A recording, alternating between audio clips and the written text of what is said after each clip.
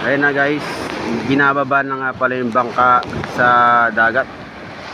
Ayan, mukhang ano na to, si kuya ay manguhuli na to ng isda dahil hapon na. Pupunta na siya sa laot. Napakalakas pa rin ng ano, alon. Ayan, mukhang mangingisda na si kuya nito. Hapon na kasi.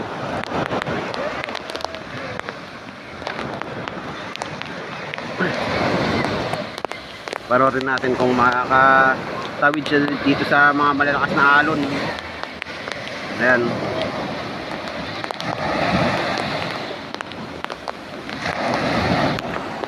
Pag nakalagpas siya dito sa malalakas na alon, banda doon sa gitna guys, ano na, medyo payapa na yung tubig oh. Kung makikita nyo dun oh, payapa na yung tubig, hindi na maalon. Dito lang talaga malapit sa pangmalasang alon.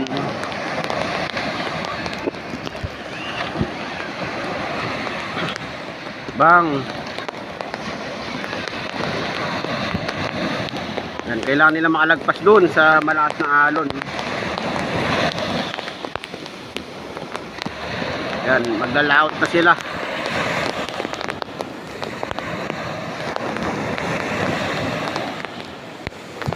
Ayun na, inumbisa ng start yung engine nya.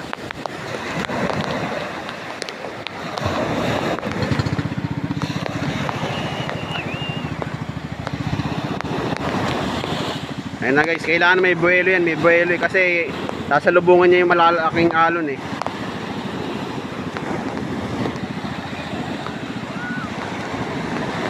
Ayan oh, di ba?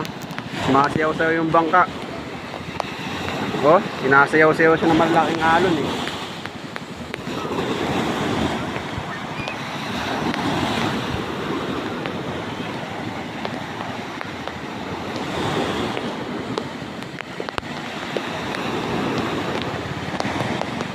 Ayun na, bumarurot na. Ayan o, sinasayaw siya ng ano, malalaking alon eh. Ayan na, oh, lumilipad-lipad yung unahan eh, no? Dahil sa malakas yung alon.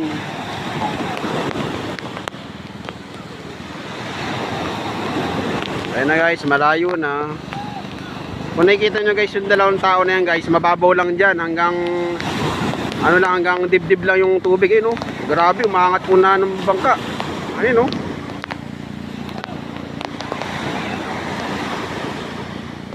Yan na, malayo na siya.